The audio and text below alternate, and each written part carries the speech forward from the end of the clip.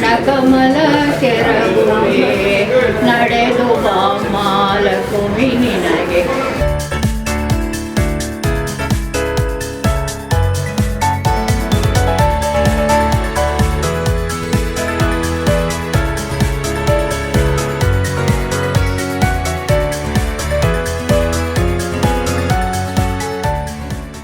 ವಿಶ್ವಭಾರತಿ ಚಾನೆಲ್ನ ಎಲ್ಲ ವೀಕ್ಷಕರಿಗೆ ಸಬ್ಸ್ಕ್ರೈಬರ್ಸ್ಗೆ ನಮಸ್ಕಾರ. ಶಾಲೆ, ದೇವಸ್ಥಾನ ಮತ್ತು ಕೆರೆಕುಂಟೆ ನಿರ್ಮಾಣ ಜನರ ಕಲ್ಯಾಣದ ಸಾರ್ಥಕ ಕೆಲಸಗಳು. ಬೆಂಗಳೂರು ಯಲಹಂಕದ ವೆಂಕಟಾಲದಲ್ಲಿ ಜೈವನಿ ಕುಟುಂಬದ ಸಹೋದರರು ಕೆಂಪೇಗೌಡರ ನೇತೃತ್ವದಲ್ಲಿ ಶಕ್ತಿಪೀಠ ಮಹೋತ್ಸವ ಕಾರ್ಯಕ್ರಮವನ್ನು ಯಶಸ್ವಿಯಾಗಿ ನೆರವೇರಿಸಿದ್ದಾರೆ. ಗ್ರಾಮ ದೇವತೆ ಮಾರಮ್ಮದೇವಿ ಸಮೇತ ಶ್ರೀ ಅಣ್ಣಮ್ಮ, ಶ್ರೀ ಗಂಗಮ್ಮ, ಶ್ರೀ ಚೌಡೇಶ್ವರಿ ಮತ್ತು ಶ್ರೀ ದುರ್ಗಾ ಪರಮೇಶ್ವರಿ ಪಂಚಮಾತೃಕೆಯರ ಶಕ್ತಿಪೀಠ ಪ್ರತಿಷ್ಠಾಪನಾ ಮಹೋತ್ಸವ ಇಲ್ಲಿ ಯಶಸ್ವಿಯಾಗಿದೆ. 2026 ಏಪ್ರಿಲ್ 24 ಶುಕ್ರವಾರ ವಿಶೇಷ ಪೂಜೆಗಳು ಪ್ರಾರಂಭವಾಗಿ 25 ಮತ್ತು 26 ಭಾನುವಾರ ಪ್ರಾಣ ಪ್ರತಿಷ್ಠಾಪನೆ ನೆರವೇರಿದೆ. ಈ ಮಹೋತ್ಸವಕ್ಕೆ ಗಣ್ಯರು, ಸಾವಿರಾರು ಜನ ಭಕ್ತರ ಸಮಕ್ಷಮ ಈ ಅತ್ಯುತ್ತಮ ಕಾರ್ಯಕ್ರಮ ಯಶಸ್ವಿಯಾಗಿದೆ ಅನ್ನೋದೇ ದೊಡ್ಡ ಖುಷಿ. ಈ ದೇವಸ್ಥಾನಕ್ಕೆ ಹೊಂದಿಕೊಂಡ ಎಂಬಸಿ ಗ್ರೂಪ್ನವರು 25x60 ಸುತ್ತಳತೆಯ ಜಾಗವನ್ನ ದಾನವಾಗಿ ದೇವಸ್ಥಾನ ನಿರ್ಮಾಣಕ್ಕೆ ನೀಡಿದ್ದಾರೆ. ಇದು ಜನರ ಮೆಚ್ಚುಗೆಗೆ ಪಾತ್ರವಾಗಿದೆ.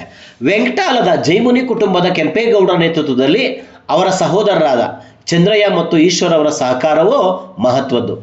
ಇನ್ನು ವೆಂಕಟಾಲ, ಯಲಹಂಕ ಉಪನಗರ ಈ ಸುತ್ತಮುತ್ತ ಪ್ರದೇಶಗಳ ದಾನಿಗಳು ಸುಮಾರು 2 ಕೋಟಿಗೂ ಅಧಿಕ ಧನ ಸಹಾಯ ಮಾಡಿದ್ದಾರೆ. ಹಾಗೆಯೇ ಪಂಚಮಾತೃಕೆಯರ ದೇವಸ್ಥಾನ ನಿರ್ಮಾಣ ಯಶಸ್ವಿಯಾಗಲು ಇದೂ ಸಹ ಮುಖ್ಯ ಕಾರಣ.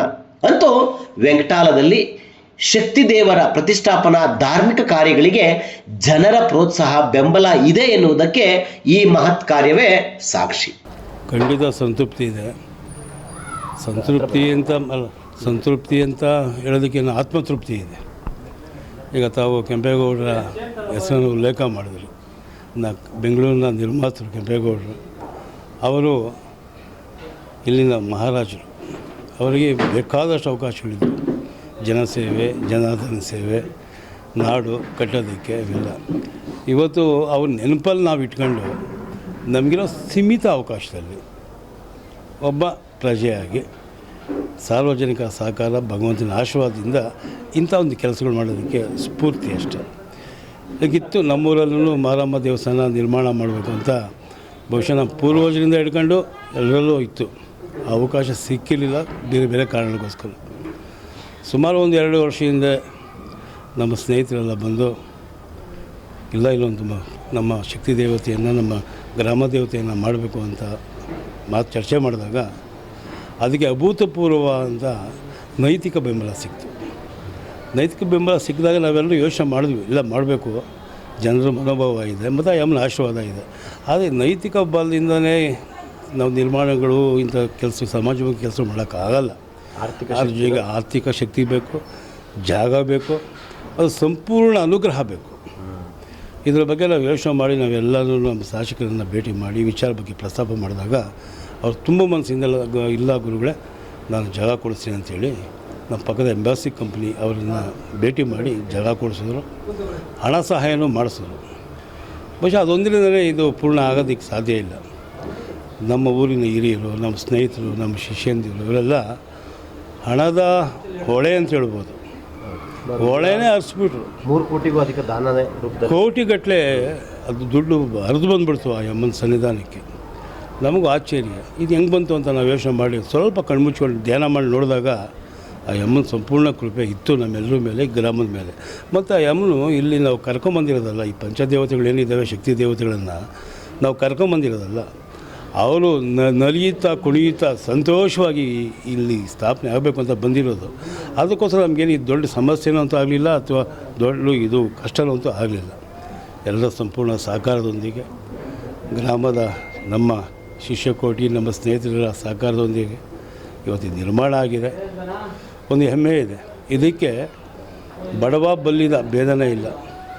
ನಮ್ಮ ದೇಣಿಗೆ ಹೆಂಗೆ ಶುರುವಾಗಿದೆ ಅಂದರೆ ಬಹುಶಃ 500 ರೂಪಾಯಿಂದ 50 ಲಕ್ಷದವರೆಗೂ 50 ಲಕ್ಷ ಕೊಟ್ಟಂಥ ಮಹಾದಾನಿಗಳು ಇದ್ದಾರೆ, 500 ರೂಪಾಯಿ ಕೊಟ್ಟಂಥ ಶ್ರೇಷ್ಠ ದಾನಿಗಳು ಇದ್ದಾರೆ. ಈ ದಾನದಲ್ಲಿ ವ್ಯತ್ಯಾಸನೇ ಇಲ್ಲ. ಇಲ್ಲಿ ಕ್ವಾಂಟಿಟಿ ಅಥವಾ ಮೊತ್ತ ಮುಖ್ಯ ಆಗಲ್ಲ. ಭಾವಭಕ್ತಿ ಮುಖ್ಯ, ಅಂತರಂಗ ಶುದ್ಧಿ ಮುಖ್ಯ. ಈ ಎಲ್ಲ ಸಂಗಮ ಆಗಿ ಇವತ್ತಿಂಥ ಮಹಾನ್ ದೇವಾಲಯ ನಮ್ಮೂರಲ್ಲಿ ನಿರ್ಮಾಣ ಆಗಿದೆ.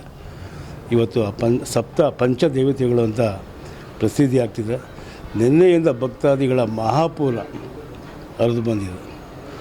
ಅದಕ್ಕೋಸ್ಕರ ನಾನು ಆ ಪಂಚದೇವತೆಗಳನ್ನು ಕೇಳ್ಕೊಳ್ಳೋದು ಏನು ಅಂದರೆ, ಇದಕ್ಕೆ ಪ್ರತ್ಯಕ್ಷವಾಗಿ ಪರೋಕ್ಷವಾಗಿ ಸಹಾಯ ಸಹಕಾರ ನೀಡಿದಂಥ ಎಲ್ಲ ಸದ್ಭಕ್ತರಿಗೂ ಸನ್ಮಂಗಳ ಉಂಟಾಗಲಿ. ಮತ್ತು ಈ ಯಮನ ಕೀರ್ತಿ ಮತ್ತು ಪ್ರಾಮುಖ್ಯತೆ ದಶ ದಿಕ್ಕುಗಳಿಗೂ ಹಬ್ಬಲಿ.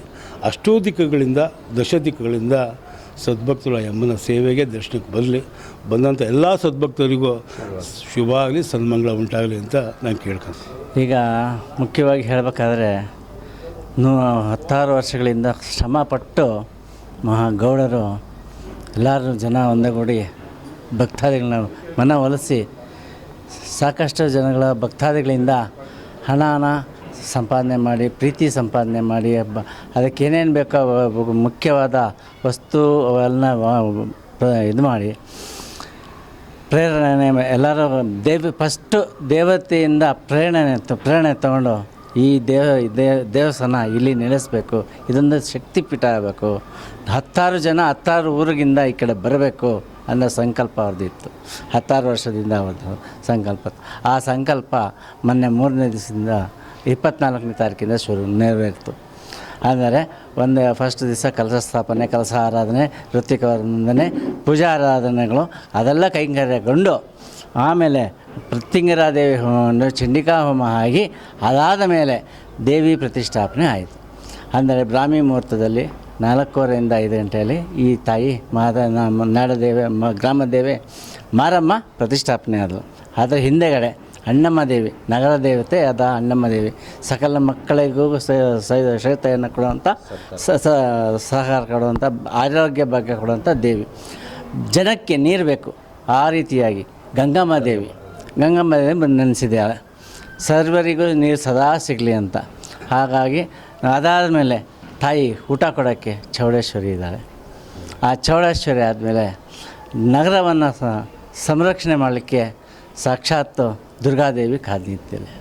ಇವರು ಪಂಚದೇವತೆಗಳು ಈ ನಾಡಿನಲ್ಲಿ ಈ ಜಾಗದಲ್ಲಿ ಬಂದು ನೆಲೆಸಿದ್ದಾರೆ. ಓಂ ಗಣೇಶಾಯ ನಮಃ. ಸರ್ವಮಂಗಳ ಮಾಂಗಲ್ಯೆ ಶಿವೆ ಸರ್ವಾರ್ಥ ಸಾಧಕೆ ಶರಣ್ಯೆ ತ್ರ್ಯಂಬಕೆ ದೇವಿ ನಾರಾಯಣಿ ನಮೋಸ್ತುತೆ. ಪೂಜ್ಯಾಯ ರಾಘವೇಂದ್ರಾಯ ಸತ್ಯಧರ್ಮವ್ರತಾಯ ಚ ಭಜತಾಂ ಕಲ್ಪವೃಕ್ಷಾಯ ನಮತಾಂ ಕಾಮಧೇನುಹೆ.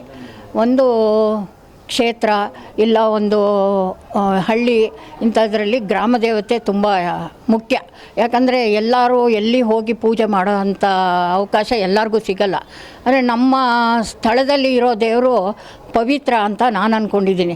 ಯಾಕಂದರೆ ನಮ್ಗೆ ಯಾವಾಗ ಬೇಕಾದ್ರೆ ಮನಸ್ಸಾದಾಗ ಬರ್ಬೋದು, ಹೊರಗಡೆಗೆ ಹೋಗೋದಕ್ಕಾಗದೇ ಇರೋರು ಇಲ್ಲೇ ಬಂದು ಕೂಡಬಾರ್ದು. ಆಮೇಲೆ ಶುಕ್ರವಾರ ಮಂಗಳವಾರ ಅಂದರೆ ದೇವಿ ದೇವತೆಗೆ ತುಂಬ ವಿಶೇಷವಾಗಿ ಪೂಜೆ ಮಾಡ್ತಾರೆ. ಈಗ ಶೃಂಗೇರಿ ಅಂತ ಹೊರನಾಡು ಕಡೆಗೆ ಎಲ್ಲರೂ ಹೋಗೋಕ್ಕಾಗಲ್ಲ. ಆದರೆ ನಾವಿರೋ ಸ್ಥಳದಲ್ಲೇ ಆ ದೇವಿನೇ ಶೃಂಗೇರಿ ಶಾರದಾಂಬೆ ಅಂತಲೂ ಅನ್ಕೋಬೋದು, ಮಹಾಲಕ್ಷ್ಮಿ ಅಂತಲೂ ಅನ್ಕೋಬೋದು, ಆಮೇಲೆ ಇವ್ರು ಹೇಳಿದಂಗೆ ಪಂಚಶಕ್ತಿಪೀಠ ಅಂತಲೂ ಅನ್ಕೋಬೋದು. ಅದು ಅವರವ್ರ ಭಾವನೆಗೆ ಬಿಟ್ಟಿರೋದು. ಅಂದರೆ ಇಷ್ಟೊಂದು ದೊಡ್ಡದಾಗಿ ಬೆಳೆಯೋದಕ್ಕೆ ಒಬ್ಬರು ಇಬ್ಬರಿಂದ ಆಗಲ್ಲ. ಆ ಒಬ್ಬರು ಇಬ್ಬರಿಂದ ನಡ್ಸೋಕ್ಕೂ ಆಗಲ್ಲ. ಅವ್ರು ದುಡ್ಡಿದ್ರೂ ಮಾಡೋಕ್ಕೆ ಸಾಧ್ಯ ಇಲ್ಲ. ಇನ್ನೊಂದು, ಆ ದೇವಿ ಎಲ್ಲರಿಗೂ ಪ್ರೇರೇಪಣೆ ಮಾಡಬೇಕು, ನೀವು ಕೊಡಿ ಅಂತ ಅವಳು ಮನಸ್ಸಿನಲ್ಲಿ ಬಂದರೆ ಜನ ಕೊಡೋದು. ಇಲ್ಲದವರು ಅಯ್ಯೋ ಇವ್ರಿಗೇನು ಕೊಡೋದು ಹಾಗೆಲ್ಲ ಅಂದ್ಕೊಂಡಿರ್ತಾರೆ. ಅದು ನನ್ನ ಅನುಭವ ಇಷ್ಟು ವಯಸ್ಸಲ್ಲಿ. ತಾನಾಗೆ ಕೊಡಬೇಕು ಅಂದರೆ ಆ ತಾಯಿ ಬಂದು ಅವ್ರಿಗೆ ಹೇಳಿರಬೇಕು, ನಿಮ್ಮಿಂದ ಇಲ್ಲಿ ದೇವಸ್ಥಾನ ಆಗುತ್ತೆ, ಹಾಗೆ ಮುಂದ್ಕೊಂಡು ಹೋಗುತ್ತೆ ಅಂತ. ಈ ನಮ್ಮ ಗೌಡ್ರು ಕೆಂಪೇಗೌಡರವರು ಭಾಳ ದಿವಸದಿಂದ ಇದನ್ನು ಜೀರ್ಣೋದ್ಧಾರ ಮಾಡಬೇಕು ಅಂತಿದ್ರು. ಅವರು ಜೊತೆಗೆ ತುಂಬ ಜನ ಸಹಕಾರ ಮಾಡಿದ್ದಾರೆ. ಅದು ಎಲ್ಲದರಿಂದ ದೇವಿ ಇಲ್ಲಿ ಬಂದು ಕೂತಿದ್ದಾಳೆ. ಆಮೇಲೆ ನಮ್ಮಂಥ ಹೆಂಗಸರಿಗೆ ಭಜನೆ ಮಾಡೋಕ್ಕೆ ಒಂದು ಸ್ಥಳ ಬೇಕು ಅಂದರೆ ದೇವಿಗೆ ಶುಕ್ರವಾರ ಮಂಗಳವಾರ ಒಂದು ಚೆನ್ನಾಗಿರೋ ಜಾಗ ಆಯಿತು ಅಂತ ನನ್ನ ಇದು ಸಮಾಧಾನ. ನೀವಿನ್ನೂ ಆರ್ಟ್ ವಿಶ್ವಭಾರತಿ 24 ಚಾನಲ್ನ ಸಬ್ಸ್ಕ್ರೈಬ್ ಮಾಡ್ಕೊಳ್ಳಿಲ್ಲ ಅಂದರೆ ಸಬ್ಸ್ಕ್ರೈಬ್ ಮಾಡ್ಕೊಳ್ಳಿ. ನಮ್ಮ ವಿಡಿಯೋ ಕಂಟೆಂಟ್ ಇಷ್ಟ ಆದರೆ ಲೈಕ್ ಮಾಡಿ, ಶೇರ್ ಮಾಡಿ, ಕಮೆಂಟ್ ಮಾಡಿ.